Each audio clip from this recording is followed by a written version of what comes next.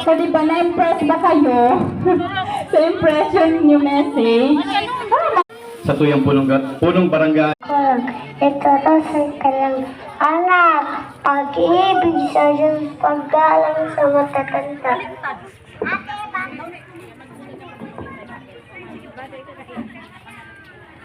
Dalawang utos ng mga magulang. Ituro sa kanila pagsikap sa hanap buhay at maging sport sa laro.